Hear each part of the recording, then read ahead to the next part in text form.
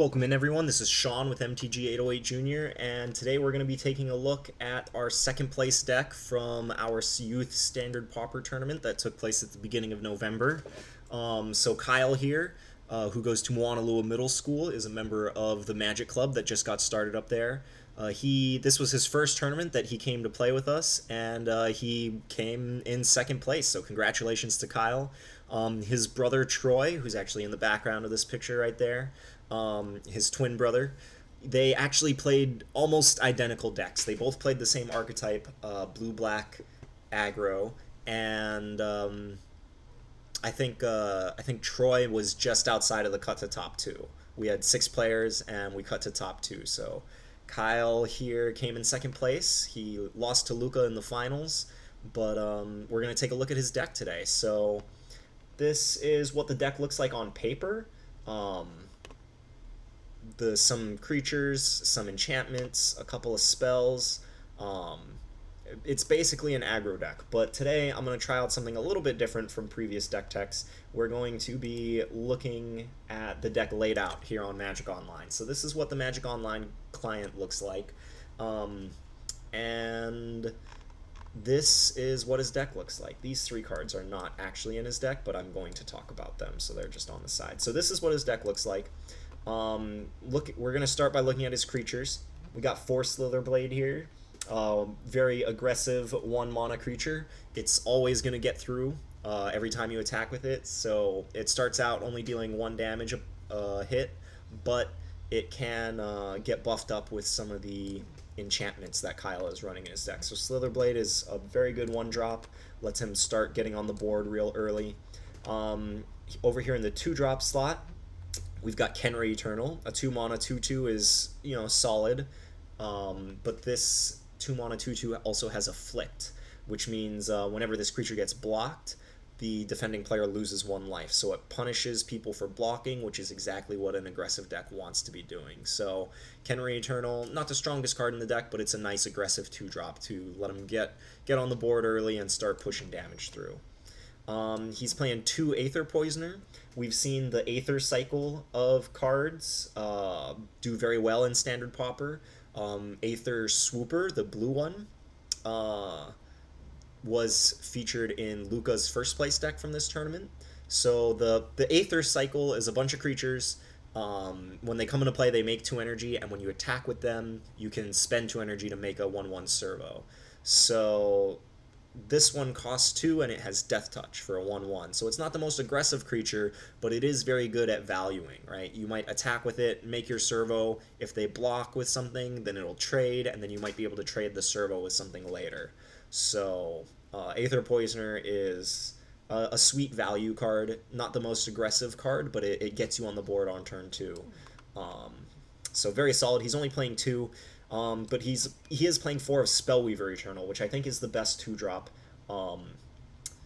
that he's playing. This is the most powerful 2-drop for sure. So it's a 2 mana 2/1, which is solid for stats, but this one has Prowess. So it says whenever you cast a non-creature spell, this creature gets +1/+1 until end of turn. And Kyle's deck is chock full of non-creature spells. So it's not uncommon for this thing to be attacking for 3, maybe even 4 on turn 3. Very powerful card, and it also has Afflict 2 on it. So whenever this creature becomes blocked, the defending player loses 2 life. So this creature is just really good at attacking. It punishes them for blocking. It rewards you for playing spells. Oftentimes those spells are going to help you keep pushing damage through. So Spellweaver Eternal might be the best blue 2-drop in Standard Pauper right now. And if it's not, then it's definitely the most aggressive blue 2-drop in Standard Pauper right now. So Spellweaver Eternal is some good stuff. Moving up his curve, he's got 2 Cursed Minotaur. It's a 3 mana 3/2 with Menace. Just again, Menace is an ability that makes it hard for your opponents to block. They have to have multiple creatures back in order to block Cursed Minotaur. And he's also got 1 Wasteland Scorpion in the deck. So it's a 3 mana 2/2 Death Touch. Very good at blocking. Does a decent job of attacking. Solid card. And then topping off his curve, he's got 3 Striped Riverwinders. Most of the time I saw Kyle cycling this card. 7 mana is a lot for a deck that only has 22 lands in it. But you know, sometimes he does get to 7. He gets to play this, gets to slap an aura on it, and it's some good times. So the fact that it only costs 1 to cycle means that it's a very low opportunity cost to kind of help him from flooding out.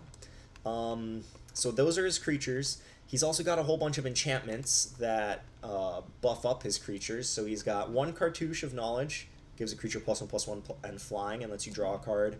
He's got 2 1 with the Wind, gives a creature +2/+2 and flying. And he has got a Cartouche of Ambition, +1/+1 and lifelink, and also shrinks one of your opponent's creatures. He's got a Mark of the Vampire, which is +2/+2 and lifelink. And he's got an Untamed Hunger, which is +2/+1 and menace. So any of these enchantments he can kind of throw down on one of his aggressive creatures like Slitherblade or Spellweaver Eternal, maybe even Kenra Eternal or Curse and Minotaur, and it just makes them a much better attacker. It does leave him a little susceptible to removal spells, spells that kill creatures, but because if they kill the creature, then you lose your creature and your aura. But he is playing 3 duress in his main deck to kind of get removal spells out of his opponent's hand before he commits to putting a enchantment on one of them. So duress does a good job of protecting his creatures, as does supernatural stamina. Supernatural stamina lets his creatures trade up in combat. Unfortunately, if the creature has an aura on it and it would die, supernatural stamina will bring back the creature, but it will not bring back the aura. But supernatural stamina is still just a really good card, very aggressively costed, lets you trade up in combat. Rounding out the deck, we've got 3 Ice Over as his only removal spell. Ice Over keeps an artifact or creature from untapping, but it doesn't tap the creature when it comes into play, so you have to play Ice Over on a creature that's already tapped, otherwise your opponent can just keep the creature back and use it as a blocker. For that reason, I would maybe suggest that Kyle try out, if he were to play this deck again, or if you at home want to pick up this deck, try out Unquenchable Thirst in that slot. Unquenchable Thirst, if you have a desert, it will tap the creature when it comes into play, and he's already playing 4 deserts in his deck with 4 Cradle of the Accursed to help him from flooding out. But he could very easily play some number of Desert of the Mindful or Desert of the Glorified to up the desert count and let his Unquenchable Thirsts tap stuff down. The last couple cards in the deck, he's got Cobbled Wings, which doesn't make creatures bigger, but it does give them evasion. And he's got an Implement of Malice and a Mind Rot, which are both just straight 2-for-1s. If you make your opponent discard 2 or Implement of Malice, they discard 1, you draw 1. So just some straight card advantage to round out the deck. He's got 22 lands in the deck, with 4 Cradle of the Accursed, which are deserts, and he can pay 3 and sacrifice one of these to make a 2/2 zombie, give him some bodies to put his auras on. Also keeps him from flooding out. So, you know, this is an aggressive deck. It very clearly wants to attack, and he's got lots of cards that kind of help push that game plan through. So, check out Blue Black Aggro. You may want to try out Kyle's list, or maybe take some parts of his list that you like and maybe change some things.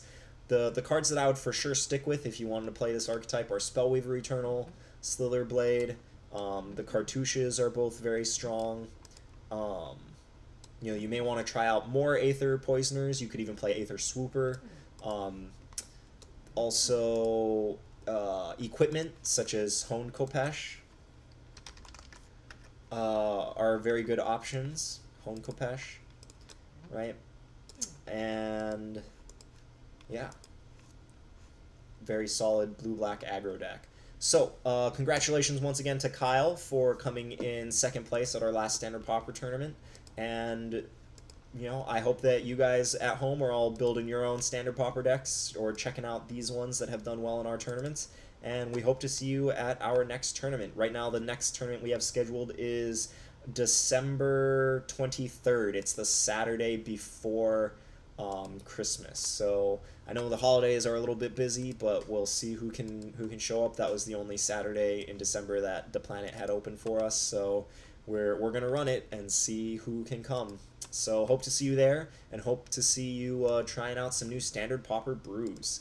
Last but not least, if you enjoy this content on Standard Pauper or just want to support Youth Magic here on Oahu, check out our Patreon page.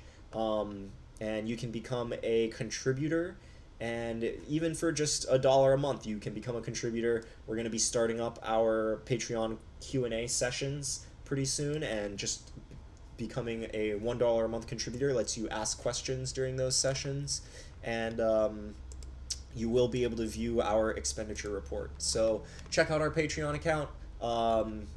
Become a contributor if you can. Any amount of support that we can receive would be greatly appreciated. Right now, this is all volunteer time, and we're running off of donations. So any amount that you can contribute will help. So thanks for stopping by, and I will catch you later.